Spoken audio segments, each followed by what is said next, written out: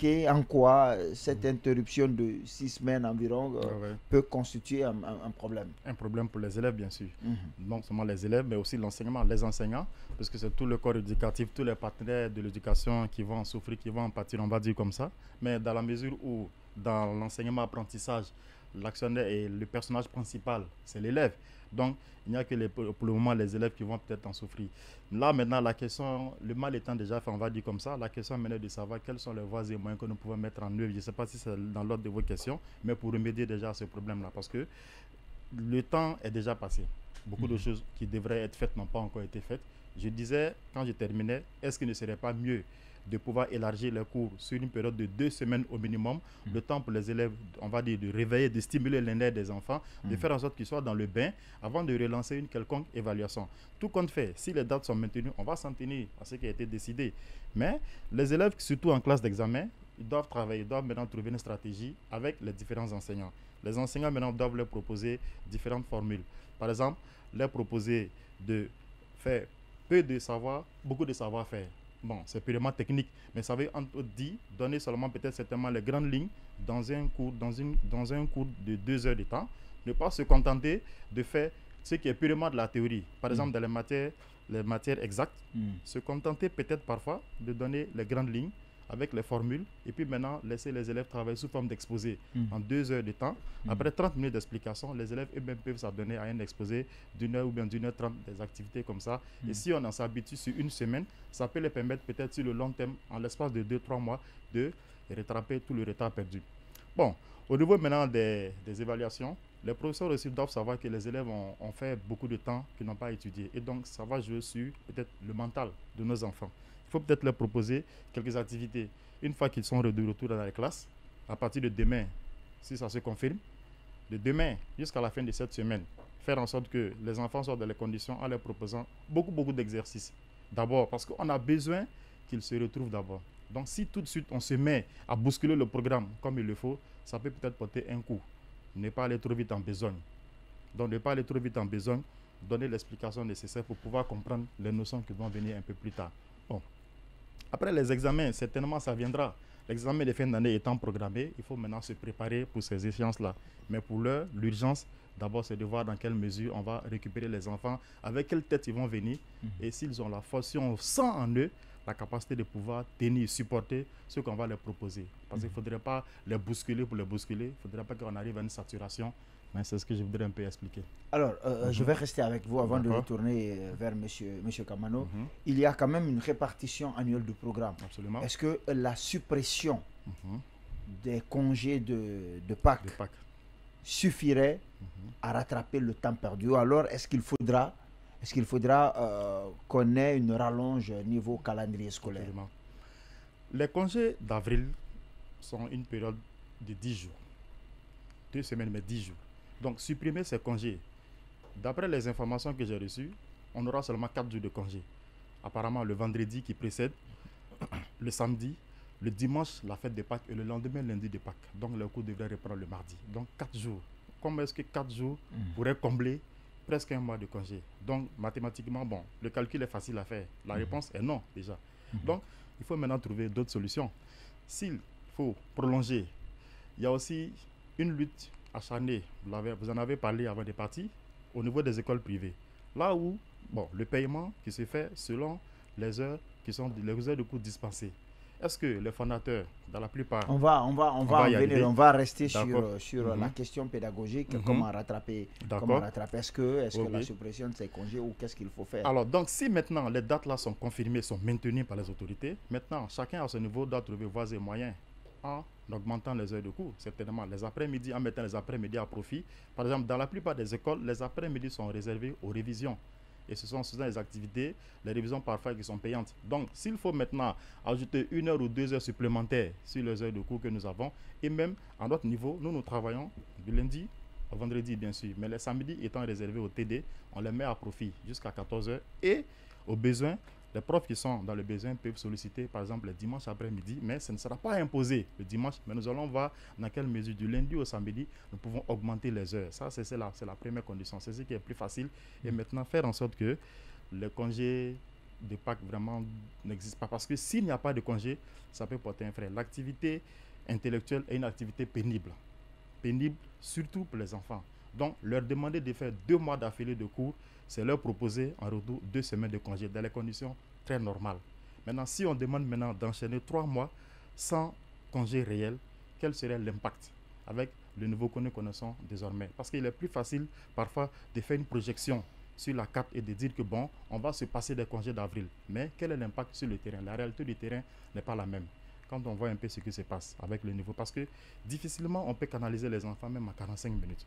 Donc, si dans un cours de 2 heures, on n'arrive pas à atteindre les objectifs, le plan de progression étant là, il faut d'ici la fin mars, on doit avoir normalement les 55 à 60% de cours. Et si on n'arrive pas maintenant, l'État maintenant devra voir dans ces conditions-là ce qu'il faut faire, s'il faut prolonger ou pas. Mais ce qui est bien, si les dates sont maintenues, c'est d'augmenter les heures, c'est d'ajouter au moins 2 heures par jour pour pouvoir pallier à ce retard-là et combler ce retard-là dans les meilleurs délais. C'est ce que je vois. D'accord. Alors, vous avez entendu les propositions de M. Koné. Alors, M. Kamano, vous, est-ce que vous pensez que c'est suffisant de supprimer les congés de Pâques, ou alors est-ce qu'il faut rallonger, le calendrier scolaire, ou alors il a fait une autre proposition, c'est les cours du soir. Mais vous connaissez le public. Parfois, il y a 2 groupes pédagogiques, il y en a qui viennent le matin et d'autres viennent le soir. Donc ça, dans tous les cas, les classes sont tout le temps occupées jusqu'à 18h. Comment vous voyez ça et quelle est votre touche? Quelle est la proposition que vous faites dans ce sens? Bien. Mais est-ce qu'on a tiré des leçons? C'est ça l'interrogation que nous, en tant que syndicalistes, nous posons. Parce qu'en 2014, on avait connu un cas similaire avec l'arrivée d'Ebola. Ebola, oui. Pratiquement, on a commencé les cours en janvier. Pratiquement, on a fait 3 mois de cours, 3 mois sans cours. Ça, c'est une première expérience.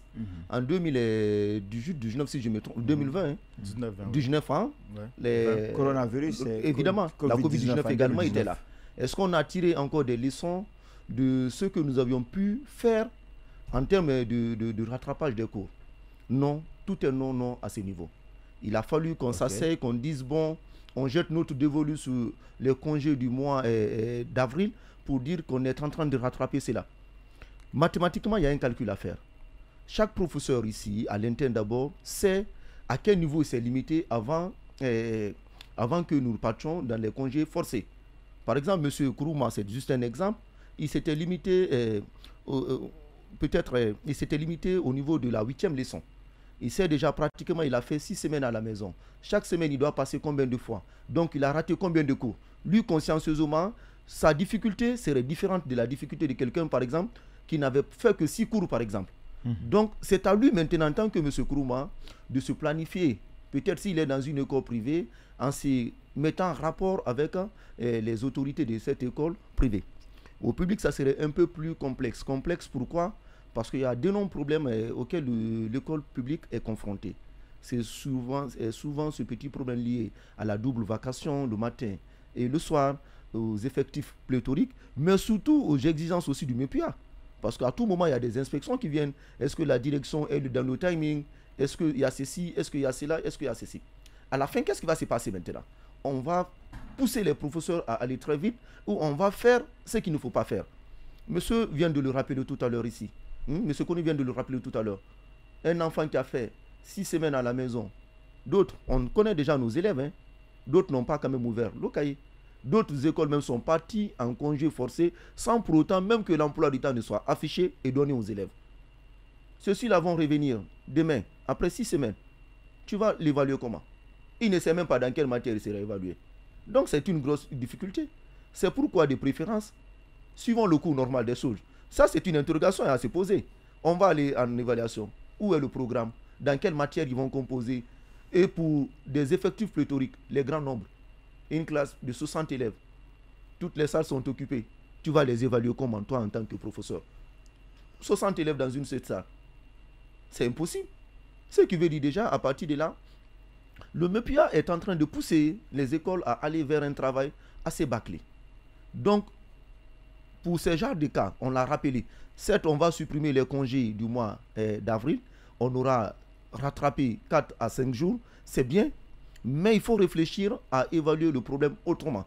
Est-ce qu'il ne faut pas accentuer cette reprise-là à des cours intenses pour des écoles qui ont des moyens, par exemple, le support de cours que le professeur devrait utiliser pour dicter la leçon pour 1 heure, ce même support de cours peut être photocopié, dupliqué, remis et donné aux enfants. Donc là, au lieu qu'on ne fasse un seul cours en 2 heures, on a la possibilité de faire peut-être 2 cours. Là, le support est là. Le professeur pourra rattraper progressivement le retard accusé. Donc ça, ce sont des méthodes ici à envisager. Autre méthode encore, c'est vrai. La priorité, c'est beaucoup plus les salles d'examen. Oui. Ça, c'est la priorité. On peut ou on doit mettre tous les efforts de leur côté. Il y a de ces écoles ici qui continuent les cours jusqu'à 16 heures, d'habitude, qu'il y ait crise ou pas. Après les cours de 14 heures, les élèves, ils ont 30 minutes de pause. Les cours continuent encore. Jusqu'à 16 heures, 17 heures. Ceux-ci-là n'auront pas trop de soucis à rattraper le retard. Parce que le mécanisme déjà implanté par l'école permet aux professeurs d'aller très vite et surtout de faire mieux encore que celui qui est là juste pour 2 heures de cours et qu'à la fin, c'est l'élève qui doit se démerder dans les autres groupes de révision pour pouvoir faire une remise à niveau. Donc ça devient compliqué. On ne va pas trop tenir rigueur, nous en tant que syndicalistes, aux enseignants qui sont en situation de classe, parce qu'à la fin, s'ils sont en retard, on dira que c'est de leur faute. Donc ceux-ci-là se mettront dans une dynamique. La dynamique est qu'il faut bourrer les élèves, aller très vite, plus vite, pour ne pas qu'il y ait en cas d'inspection qu'on vienne les trouver à un pourcentage ici qui n'est pas, qui n'est pas recommandé, il est en retard. Est-ce qu'on a cherché à savoir les objectifs que le professeur lui-même s'est assigné en termes ici de l'enseignement, apprentissage aux élèves? Non, on ne cherche pas à savoir. On s'est dit, bon, le MEPIA a dit, il faut faire ceci, et vous aussi, vous êtes dans l'obligation de le faire. Donc c'est pourquoi la question là devrait être mûrie d'abord par le MEPIA. Est-ce qu'on a tiré des leçons de ce qui s'est passé dans les années précédentes? À voir ici les mesures qui sont en train d'être prises en ce moment-là, je dirais non, on n'a pas tiré des leçons. Si on en avait tiré des leçons, on aurait pu même penser autrement encore. Aujourd'hui, on parle de la restriction de l'Internet. Le MEPIA a les moyens de mettre par exemple ici un système numérique qui peut permettre ici à tous les élèves, à travers un lien qu'ils auraient pu créer en temps de crise, où chaque élève pourrait aller trouver le cours par exemple lié à sa classe. On parle de l'État, hein? L'État a les moyens. Il y a des professeurs qui sont là. On peut faire pareil. Donc ici, l'élève par exemple qui se sent en retard dans telle ou telle autre matière, il a en tête que son ministre ou le ministère se soucie de ses problèmes. Il peut aller accéder à une bibliothèque numérique où il peut trouver tous les cours liés à son programme. Donc voici tant de mesures par exemple qu'on pourrait prendre où à l'extrême, malgré qu'il y a des saisons de pluie, peut-être dans le mois d'avril, on récupère 2 semaines dedans. C'est-à-dire plutôt au mois de juin. Au mois de juin pour les examens, au lieu que les examens ne commencent début juin, peut-être mi-juin. Ça aussi, ce sont... Oui, mais est-ce que ça ne va pas jouer sur un certain nombre de personnes, notamment à l'intérieur du pays où la pluviométrie dans certains endroits comme Koya, comme Mamou est très dense, on parle de 5 000, 6 000 mètres cubes d'eau par an. Et il y a des endroits où les enfants sont obligés de traverser des fleuves qui parfois perdent la vie, malheureusement. Voilà, qui peuvent perdre la vie en allant à l'école. Est-ce qu'il n'y a pas ce risque aussi qui pourrait handicaper ces enfants de ces localités? C'est une évidence ce que vous racontez là. Mais pour ce qui s'est passé là, c'est un cas où on ne peut pas trop tenir rigueur au MEPIA. C'est vrai, nous sommes tous... Mais puis il faut rappeler que c'est le ministère de l'enseignement préuniversitaire et de l'alphabétisation. Okay. Donc on ne pourra pas, nous, les tenir rigueur, parce que ce qui est arrivé est indépendamment de leur volonté. Mais là où on pourra les tenir rigueur ici, c'est au niveau des mesures apportées. Si les mesures ne sont pas idoines, si la préoccupation est coûte que coûte, vaille que vaille, respecter le programme, sans pour autant d'abord se poser la question, est-ce que les enfants qui ont été enseignés pendant 8 mois ou 9 mois, est-ce qu'ils ont réellement assimilé quelque chose? Ce qui veut dire que l'année suivante, ce sont des gens qu'on a envoyés dans des classes supérieures, mais qui n'ont pas encore une base dans les classes précédentes. Donc là, c'est l'interrogation face à laquelle nous devrions apporter la réponse avant de prendre quoi que ce soit comme mesure au niveau du MEPIA dans le but ici de rattraper ce retard. Alors, je vais rester avec vous. Il y a eu peu de jours, disons 2 semaines environ d'études pour le mois de décembre. Oui. Il y a 2 semaines de cours qui n'ont pas été effectives. 2 semaines, en fait, effectives de cours en janvier. ça fait environ un mois. Aujourd'hui encore, il y a des enseignants qui ne sont pas payés pour le mois de décembre. On me parle par exemple du collège Silalamine où les enseignants ne sont pas payés, d'autres écoles et tout ça. Comment ça? Qu'est-ce qui devrait se passer aujourd'hui? Est-ce qu'on devrait payer les enseignants uniquement pour les heures pour lesquelles ils ont fait cours, au prorata des heures enseignées, ou alors est-ce que les fondateurs devraient payer tout le mois de décembre et pour les quelques jours qui seront enseignés en janvier, payer aussi tout le mois? Qu'est-ce qui devrait se passer? À ce niveau, il n'y a pas lieu de poser les questions que vous vous posez là. Ah ouais? Nous sommes formels, nous sommes catégoriques là-dessus. L'année scolaire, c'est l'année scolaire qui doit être payée. L'année scolaire s'étend sur 9 mois. Il n'est pas dit parce qu'on n'a pas enseigné 2 semaines dans tel mois que le fondateur d'école va s'accaparer de l'argent là. C'est tout à fait impossible. C'est d'ailleurs même inhumain de sa part aussi. Les écoles qui l'ont fait, dans les jours à venir, on va remonter une liste. La liste de ces écoles, parce que là, il faut ramener ces anciens-là dans leurs droits. Le droit, c'est le travail qu'ils sont en train de faire. Ce qui est arrivé là, ce n'est pas de la faute de l'enseignant. Si l'enseignant était resté à la maison, refusé de venir travailler, c'est un autre débat.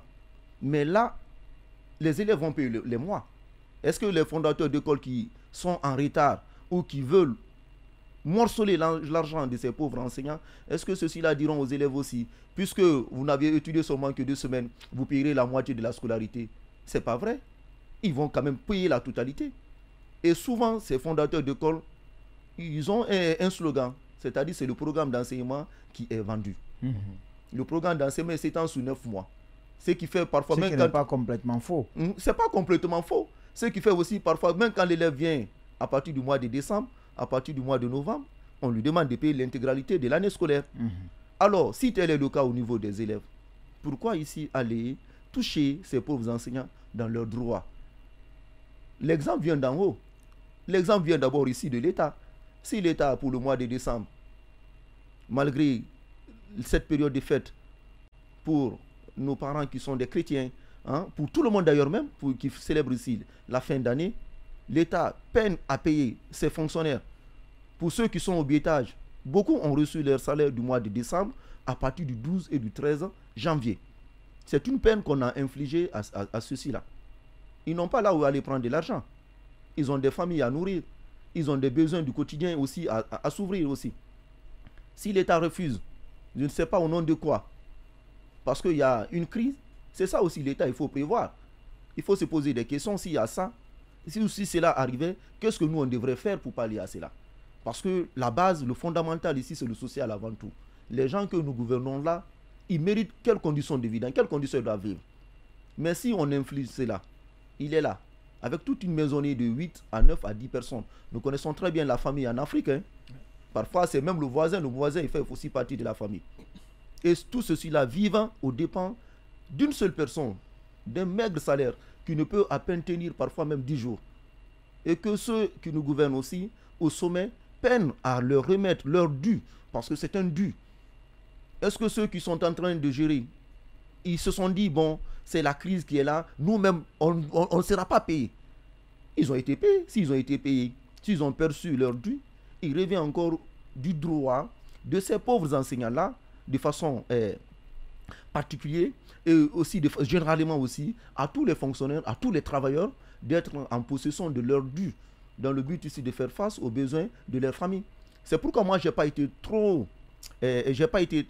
très étonné par rapport à ce qui s'est passé dans les écoles privées. Parce que l'exemple est venu de la fonction publique. Avant que je ne passe la parole rapidement, M. Koné, sur ce point. Mais quand les fondateurs te disent que vous payez le programme, est-ce que vous ne pensez pas qu'il y a une part de vérité dedans? Parce que si on rallonge l'année scolaire, c'est-à-dire qu'en juin, on dit que vous allez continuer jusqu'au mois de juillet, ils ne vont quand même pas appeler les parents d'élèves pour dire augmenter l'argent. Ils sont obligés de payer les enseignants sur ce qui a été rajouté. Donc, est-ce que vous ne comprenez pas? Il n'y a pas, d'une certaine façon, une logique dans leur démarche. Il n'y a pas de logique. Il n'y a pas de logique. Pourquoi je dis qu'il n'y a pas de logique dedans? Parce que l'enseignant qui est là, si c'est un vacataire, il sait déjà que dans telle école, il a peut-être 10 heures, il a peut-être 12 heures. Quoi qu'il fasse le mois, il est amené à enseigner les 12 heures là. Il faut faire la somme de ces 12 heures, lui remettre. Il faut les calculer. C'est pourquoi d'ailleurs même nous invitons, c'est une opportunité encore, que le SNE encore lance à l'endroit de tous ces enseignants vacataires-là, avant le début de l'année scolaire, qu'ils exigent un contrat de travail. On ne peut pas quand même aller, on se met en situation de classe parce que c'est une vocation, parce que c'est un parent à nous qui gère l'école, parce que c'est un ami à nous qui gère l'école. Dans le monde professionnel, il faut se faire accompagner aussi par un contrat de travail. Moi, en tant qu'enseignant, voici ce que je suis censé faire pour M. Kone au cours de l'année scolaire 2023-2024.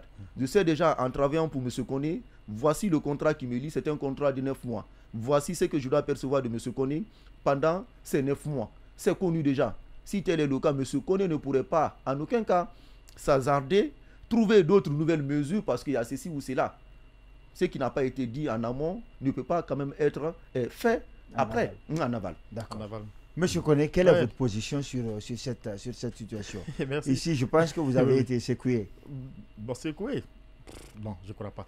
J'aimerais quand même ajouter, j'avoue que c'est une situation difficile que vivent les enseignants qui sont concernés. Je vais dire comme ça, j'emploie le mot concerné parce que, bon, en ce qui nous concerne, nous ne connaissons pas vraiment ce problème-là. Dieu merci, nous avons une organisation interne qui fait que nous ne pouvons pas, nous avons organisé, nous ne faisons pas face à ce que je vous appelais fléau.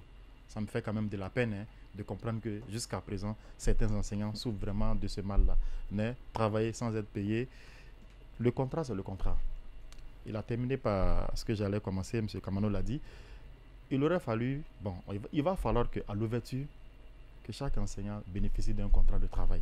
Le contrat, c'est le contrat, il se doit d'être respecté. Il ne faudrait pas qu'on impose certaines conditions. S'il y a ça, on ne paye pas. Non. Dès que le contrat est signé, l'enseignant, à la fin du mois, doit être en possession de son dû. En ce qui nous concerne, je ne vais pas rentrer dans tous les détails parce que vraiment, je ne suis pas concerné par ce problème, mais je ne connais pas un enseignant de mon établissement qui souffre de ce problème-là. Nous faisons en sorte que à partir du 20 jusqu'au 25 au plus grand âge, chacun est dans son dû et nous ne connaissons pas ce problème-là. Maintenant, si l'année scolaire venait à être prolongée, peut-être ça va être l'occasion de rebondir un peu sur l'épisode précédent. Si l'année scolaire venait à être prolongée, il y a des interrogations. Dans quelle mesure les fondateurs aussi vont s'organiser vis-à-vis de leurs enseignants? Quelle est la part aussi des parents d'élèves? S'ils ne veulent pas mettre l'APAE à contribution pour faire en sorte que beaucoup de conditions soient réunies pour mettre les enseignants dans les conditions. Parce que si l'année est prolongée, la scolarité, elle est déjà finie, les élèves ont déjà soldé, les parents ont soldé, donc on ne va plus demander aux parents de faire quelque chose. Là, en ce moment, vous ne pouvez pas, parce que on se rappelle au temps d'Ebola, ils avaient malgré 7 mois de cours, vous les aviez fait payer 9 mois. Bon, d'accord. C'est pourquoi d'ailleurs vous faites payer par tranche. C'est pour éviter de défalquer des mois qui ne seraient pas enseignés. Qui ne seraient pas payés. Ok, c'est ça. Donc la cuisine interne à chaque niveau fait en sorte qu'il y a des manquements dans certains endroits, mais il y a d'autres qui sont aussi bien structurés. Donc je disais que l'APAE peut-être doit être mise à contribution avec la direction de chaque école, faire en sorte que comment pallier à ce problème-là. Mais au grand mot, au grand remède. Si l'année devrait être prolongée, ce serait un problème pour nous tous. Je voudrais rebondir rapidement sur le cas précédent. Allez-y, voilà. Vous avez le temps. Voilà. Dans cette possibilité de pouvoir prolonger l'année scolaire, elle ne serait pas bénéfique. Vous l'avez dit, et moi j'ai cette expérience-là de l'intérieur. Je sais que dans certains endroits, il est extrêmement difficile de travailler en juin. C'est peut-être à Conakry qu'on peut forcer, mais jusqu'à la fin juin. Mais dans certains endroits, déjà à la mi-juin, ce n'est pas facile. Et quand on sait malheureusement l'année dernière, à l'examen d'entrée en 7e, dans la préfecture de Kouroussa, dans un village, une candidate de l'entrée en 7e qui a perdu la vie en traversant à Pirogue pour aller au centre d'examen. Donc, ce ne serait pas facile. Pourquoi ne pas envisager le cas de revoir les programmes d'enseignement? Si on tient à faire les 100% du programme, on ne serait pas peut-être dans les conditions, mais voir dans le programme s'il faille à ce que l'on supprime certains peut-être chapitres pour pouvoir permettre aux enseignants de boucler le programme dans les règles de l'art.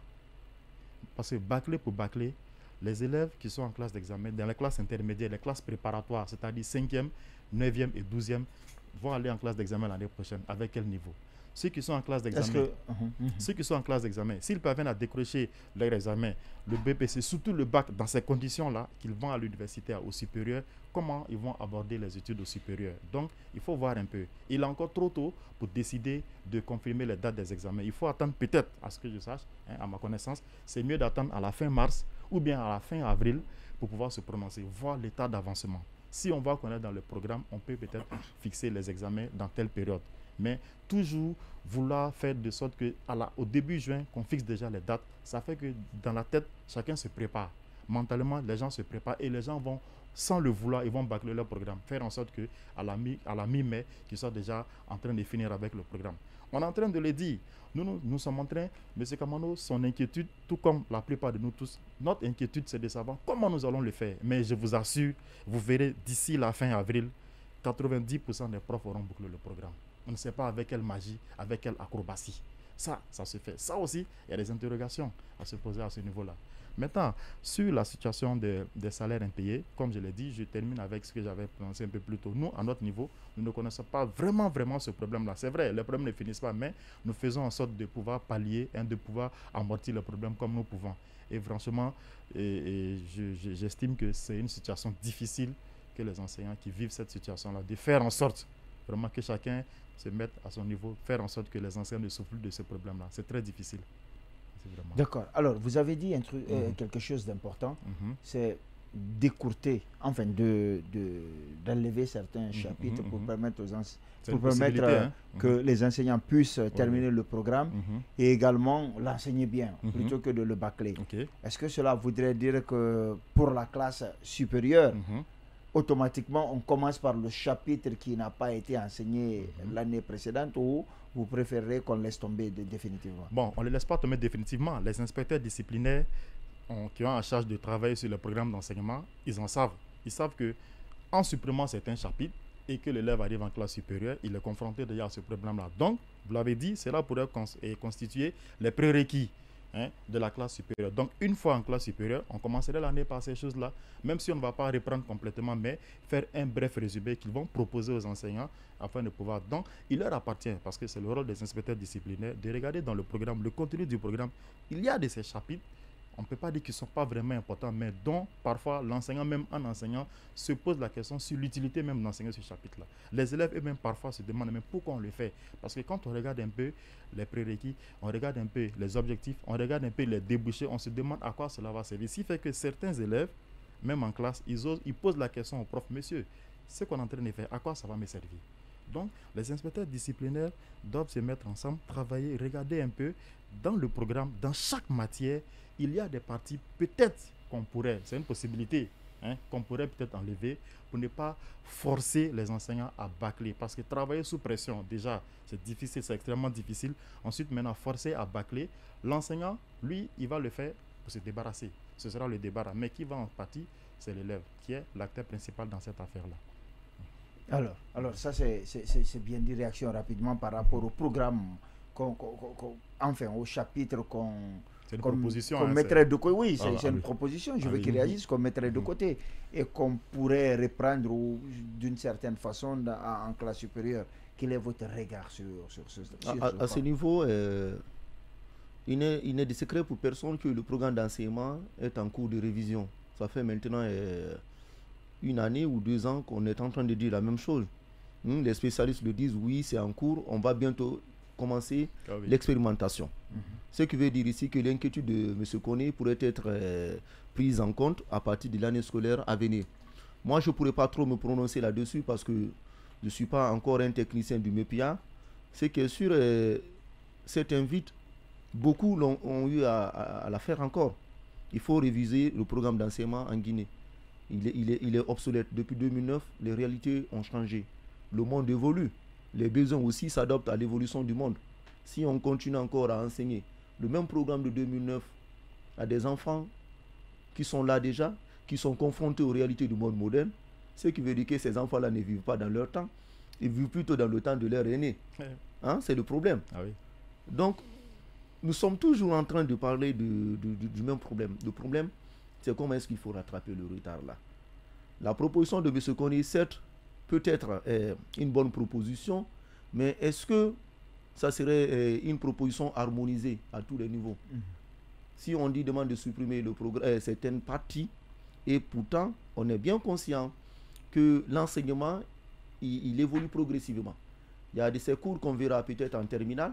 Si vous regardez très bien le fondement, c'est à partir de la 12e année. Et puis ce cours de la 12e année encore, l'élève commence ici avec encore les acquis de la 11e.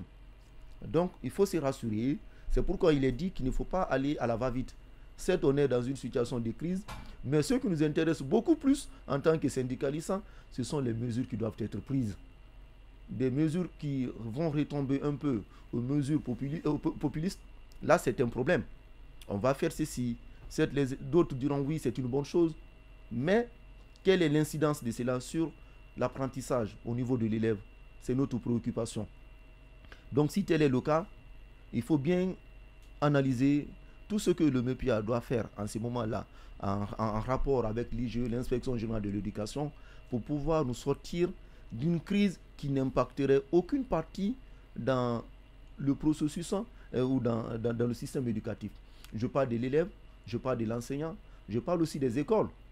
Donc, la mesure, même s'il faut organiser, après la reprise tout à l'heure, une rencontre avec tous les acteurs ou avec les fondateurs des écoles privées, les responsables des écoles publiques, autour par exemple de la table, en une journée, chacun pourrait donner une idée et à la fin de la journée, on pourrait trouver une solution idoine à toutes les parties.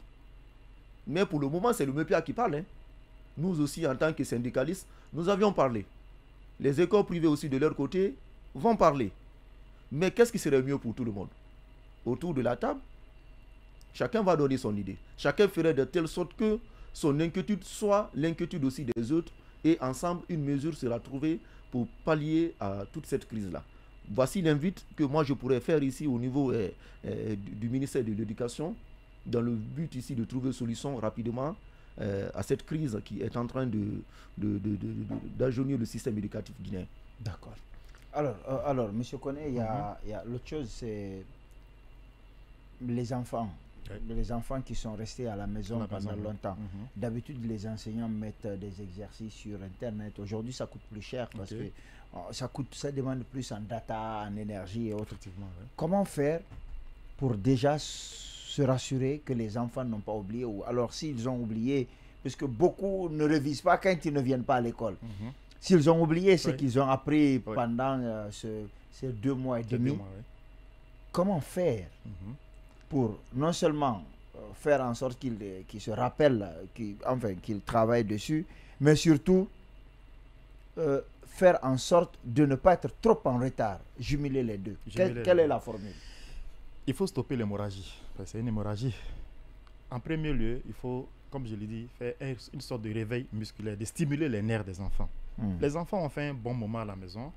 Les muscles se sont peut-être relâchés ou bien trop contractés. Donc, d'entrée, il serait très peut-être, à mon avis, maladroit d'engager les évaluations dès demain, pour ceux qui sont déjà programmés. Donc, c'est de leur proposer des activités les 2 premiers jours de la semaine, les 3 premiers jours jusqu'à la milieu de semaine, lundi, mardi, mercredi, procéder à des cours de remise à niveau. Même s'il faut d'abord laisser ce qu'on a envisagé pour le mois-là, revenir un peu sur ce qu'on a fait, s'assurer qu'on a bien maîtrisé pour partir sur de bonnes bases avant d'entamer maintenant les échéances à venir. Mais si tout de suite, à la base, on se met maintenant à les bousculer parce que franchement, on est pris par le temps. Et ce qui est là, il faut aller à l'essentiel. M. Kamano l'a dit, il faut aller à l'essentiel. J'ose résumer ça en quelques 2 ou 3 mots. Aller à l'essentiel veut dire ne pas trop s'attarder sur certaines activités qu'on a l'habitude de voir depuis 2-3 ans. Je ne vais pas rentrer dans certains détails, mais aller à l'essentiel. Les programmes d'enseignement. Nous sommes en retard dans le programme. Il faut attaquer le programme. Avant d'attaquer le programme, regardez un peu la forme des élèves. Dans quelle forme ils sont. C'est pourquoi demain et après-demain devraient normalement être consacrés à la remise à niveau. Regardez un peu dans la tête des enfants. Bon, c'est une façon de parler, mais voir quelle est leur capacité, quelle est leur réaction par rapport au cours que nous dispensons. Le cours d'un enseignant se fait en fonction de la réaction des élèves dans la classe. S'il le fait et que la classe réagit très bien, il sent que son cours passe. Mais si à un moment donné, il a l'impression de prêcher dans le désert, ça ne passe pas.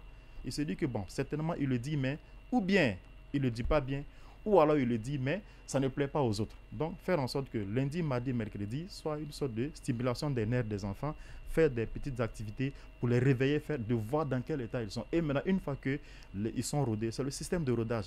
Quand cela prend maintenant, c'est parti pour de bon. La balle étant lancée, on peut voir. C'est pourquoi il serait judicieux, je le dis comme ça, il serait judicieux de regarder les 2 semaines-là, d'accepter d'abord, de continuer avec d'abord 3 jours de remise à niveau. Maintenant, 10 jours maintenant de cours normaux et après maintenant voir s'il faut lancer l'évaluation. Parce que, une parenthèse, les évaluations, les dates qui sont données par le MEPIA, concerne en grande partie peut-être l'enseignement public, mais, excusez-moi du terme, mais à notre niveau, notre cuisine interne fait que nous évaluons par mois, évaluation mensuelle. Ce qui fait que nous avons déjà fait 2 évaluations, fin novembre, et on avait prévu une fin décembre, mais nous avons anticipé sur la mi-décembre. Donc nous avons déjà 2 évaluations. Donc cette fois-ci, même si l'évaluation n'est pas confirmée, ce n'est pas tellement mauvais pour nous. Mais nous avions prévu fin janvier, début février, mais se conformer à la date qui est prescrite. Donc, revoir un peu dans quelle mesure on ne va pas, à la longue, se contenter de 2 grandes évaluations. Parce que quand on regarde le calendrier, le plan de progression annuel, il n'y a que 2 périodes d'évaluation, fin décembre et les évaluations de fin d'année, bac blanc, brevet blanc, examen blanc pour les classes d'examen. Donc, revoir un peu ce calendrier. Mais tout de suite, là, pour répondre à votre question, comment faire en sorte que les enfants soient au top? C'est d'abord revoir leur niveau, voir dans quelle mesure ils sont, quel est le niveau qu'ils affichent, la forme qu'ils affichent en ce moment, et maintenant voir comment améliorer, pour rester sur de bonnes bases, pour attaquer les prochaines échéances. Votre formule pour améliorer, pour faire en sorte que l'enseignant puisse déjà les rappeler leur rappeler ce qu'ils ont dû oublier ou ce qu'ils ont fait déjà, ensuite faire le cours sans que tout ça n'impacte sur le programme sur lequel on est déjà très en retard. Bon, à ce niveau, je reviendrai encore sur les mêmes propositions que nous avions eu à faire. S'il y a une nécessité d'enseigner des matières qui ne sont pas fondamentales dans certaines options, il faut commencer d'abord à les retirer. Dans la plupart des écoles publiques, c'est ça, hein, quand vous partez, il y a des enfants, il y a de ces classes où, par exemple, en sciences sociales, on fait suivre ici la biologie, la physique, aux élèves, la chimie aussi. Ça devient un calvaire pour l'enfant là. Ça devient aussi tout à fait un autre problème pour des professeurs qui évoluent dans ces classes-là, dans le but de se rattraper. Donc, à la direction de retirer ces matières d'abord qui ne sont pas fondamentales, ça c'est un, et envisager la possibilité de prolonger les cours au-delà des heures prévues. S'il faut aller jusqu'à 14 heures et qu'il faut laisser encore la classe pour le second groupe qui doit venir pour les écoles qui évoluent la double vacation, il faut envisager les week-ends. C'est pas mauvais, c'est de bonne guerre. Hein. C'est de bonne guerre. C'est pourquoi au début, j'avais commencé à dire d'abord qu'il y a un travail technique à faire au niveau de chaque professeur. Chaque professeur doit être en mesure pour le moment de quantifier le nombre d'heures qu'il lui faut pour rattraper le retard accusé. En fonction de cela, il peut programmer par exemple les élèves en 2 dimanches, en 3 dimanches, au lieu qu'ils ne fassent 2 heures de cours, 4 heures de cours. Ce qui veut dire déjà en 2 heures de cours, en 2 dimanches, il a 8 heures de cours. Oui, mais si chaque enseignant dit qu'il a besoin de 2 dimanches ou de 4 heures de cours, finalement, on s'en sort comment? Mais c'est tous, ils ont le même besoin. Puisque tous, ils sont restés à la maison pendant tout ce temps. Tout dépend de la planification. Il faut planifier. Peut-être l'école peut s'interférer dans ce sens. C'est un jour pour cet enseignant. Oui, il y a de ces écoles privées, par exemple. Il y a de ces écoles où c'est la direction qui programme ici, qui programme les cours de rattrapage. Hein. Alors, si tel est le cas, moi, je sais que dans cette école, j'ai tel nombre d'heures de cours à rattraper, il n'y a pas de problème. Après cela, j'avais eu aussi à faire une autre proposition qui pouvait aller plus loin encore. Cela dépend des moyens. Mais si on a la volonté, on peut trouver les moyens. Le professeur, pour ses heures de cours, au lieu que les 2 heures de cours ne soient sectionnées entre la leçon et l'explication, il peut consacrer quand même ces 2 heures de cours à l'explication. Ce qui veut dire qu'il peut faire plus en 2 heures. Maintenant, que faire maintenant du support de cours? Ceci-là peut être photocopié et mis à la disposition des élèves. Donc voici, il y a assez de mesures à faire, à prendre plutôt, qui pourraient permettre aux élèves ici de rattraper les cours perdus et à l'enseignant également de s'adapter à la progression de façon générale des cours. Alors, je rappelle qu'on devait avoir monsieur Mamadi Konaté, directeur communal de l'éducation de la commune de Dixine, qui nous avait promis de venir, qui ne décroche plus son téléphone. On nous avait dit qu'il fuirait les syndicalistes. Bon, finalement, il donne raison à ceux qui l'ont dit. Alors, monsieur Koné, l'autre chose avant que nous ne quittions cette émission, parce qu'on est talonné par le temps, il nous reste environ 5 minutes. D'accord, on a le temps. Oui, environ 5 minutes. Ah oui. Mais ce que j'ai envie de dire, lorsque le MEP a dit qu'il y a des évaluations à faire. Est-ce que vous avez une marge de manœuvre? Est-ce que vous pouvez dire non, nous, nos besoins aujourd'hui, c'est autre chose. Nous n'allons pas faire cette évaluation. Bon, c'est une bonne question. Mais on ne peut pas quand même outrepasser une décision gouvernementale, si je m'exprimer ainsi. Le plan de progression étant bien défini, étant bien détaillé, il appartient à chaque enseignant, donc dans toute l'école, chaque enseignant, de se programmer, de faire en sorte que, au moment venu où les dates sont fixées, qu'il y ait déjà quelque chose dans le cahier des enfants. Autrement dit, l'état d'avancement doit être respecté, même s'il faut avoir une marge de tolérance. Si par exemple l'état d'avancement à ce niveau-là c'est de 45%, au moins jusqu'à 40% tu es dans les normes. Mais donc si déjà il a été dispensé quelques cours, des explications, des exercices, des révisions, si tout ceci a été fait en 2 mois, je ne pense pas, on ne doit pas aller au-delà, on ne doit pas outrepasser un ordre, voilà, une décision gouvernementale. Maintenant, comme je l'ai dit tantôt, on peut peut-être travailler en cuisine interne, c'est-à-dire proposer une date, parce que les dates prévues par le MEPA, c'est une fenêtre. C'est une fenêtre. Voilà, du 15 au 27. C'est un intervalle. Voilà, de l'intervalle du 15 janvier au 27 janvier. Donc, dans cet intervalle-là, certaines, là où les effectifs sont beaucoup plus importants, font peut-être 2 ou 3 groupes, peut-être du lundi, mercredi, samedi et mardi, jeudi par exemple. Mais dans d'autres établissements où les effectifs sont beaucoup plus maîtrisables, on peut se contenter d'une semaine ou même des 3 ou 4 derniers jours de l'intervalle qui est prévu, par exemple du 23 au 27 janvier. Mais si la décision, pour répondre à la question très sincèrement, si la décision vient du MEPA de faire les évaluations du 15 au 27 janvier, je crois qu'il faut se remettre à cette date-là, ne pas aller au-delà de cela. Quelle est la marge de manœuvre du syndicat? Est-ce que vous avez votre mot à dire dans ce genre de choses, un plaidoirie et tout ça? Une plaidoirie ou... Bien sûr, c'est tout à fait de notre ressort. S'il y a des décisions à prendre du côté du MEPA, qu'on ait quelque chose à dire, des propositions.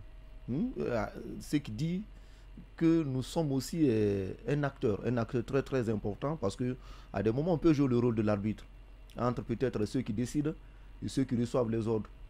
Ça, ce sont les enseignants, et de l'autre côté aussi, ce sont les cadres du MEPA. Nous avions dit, nous rappelons également au MEPA que face à cette crise ici, pour le moment, et nous restons derrière cette proposition, pour les salles d'examen, il faut les exclure carrément et tout simplement de cette évaluation-là. Et surtout que même ceux qui font le bac, en fin d'année, ces notes-là ne seront pas prises en compte. C'est une autre réalité. Oui, mais cette évaluation peut les amener à comprendre leurs lacunes, etc. Oui, nous ne sommes pas contre le fait que le professeur évalue ses élèves. Nous sommes contre le fait, pour le moment, qu'on consacre ici la priorité aux évaluations et non aux cours et aux remises à niveau. Est-ce qu'on peut dire dans ces conditions-là qu'un enseignant, à chaque enseignant, on prépare les compositions, mais différemment? On dit à l'enseignant, tu fais 1 heure de cours, tu évalues tes enfants en 45 minutes. Est-ce qu'on peut faire ça? Mais quels sont les élèves à évaluer en 45 groupes, en 45 minutes? C'est ça aussi la question à se poser. Pour des grands groupes, des effectifs pléthoriques, un travail sérieux, s'il faut le faire, les élèves dans les conditions normales doivent être installés 1 par table. Mais sont à 3 par table. 3 professeurs au tableau, seuls devant toute une foule. Tu fais quoi? Le sujet est là au tableau. Tu ne fais pas quand même un travail sérieux. Là, on se ment. On ment aux élèves et on ment aussi à ceux qui nous ont commis à la tâche. C'est pourquoi, pour faire un travail sérieux, pour le moment, puisque nous sommes conscients qu'en fin d'année, les notes des élèves pour les salles d'examen ne les accompagnent pas au bac, c'est-à-dire et au BEPC, pour le moment, ceux-ci-là, il faut les amener vers les cours. Il faut les amener vers les cours. Pour les classes intermédiaires, là, on peut comprendre un peu. Si après 1 mois de cours, 2 mois de cours, le professeur, en rapport ici avec la direction, on peut prendre ici un week-end, vendredi, samedi. On évalue les élèves des salles d'examen dans certaines matières, 2 ou 3 matières. C'est bon, c'est une bonne idée, c'est une bonne proposition. Si l'élève doit être évalué en 2 jours, peut-être on fait passer 3 matières par jour, ce qui fait déjà qu'il a la possibilité d'être évalué dans ces 6 matières de spécialité seulement le week-end, sans pour autant même que la progression normale des cours ne soit impactée. Voilà. Donc c'est pourquoi nous avions fait cette première invite au MEPA. Et deuxièmement aussi, il faut penser à la digitalisation. Nous sommes dans un monde où on ne peut pas rester à l'écart de ce que les autres font. On ne peut pas. Si on ne peut pas, donc il faut faire ce que les autres font et très bien. Cela dit, il est question maintenant pour le MEPIA de penser à trouver une bibliothèque numérique où le professeur peut trouver ce qu'il cherche, où l'élève aussi, au-delà même de ce que le professeur donne, lui aussi également pourrait trouver ce qu'il cherche. Donc tout le monde sort gagnant dans ces mesures.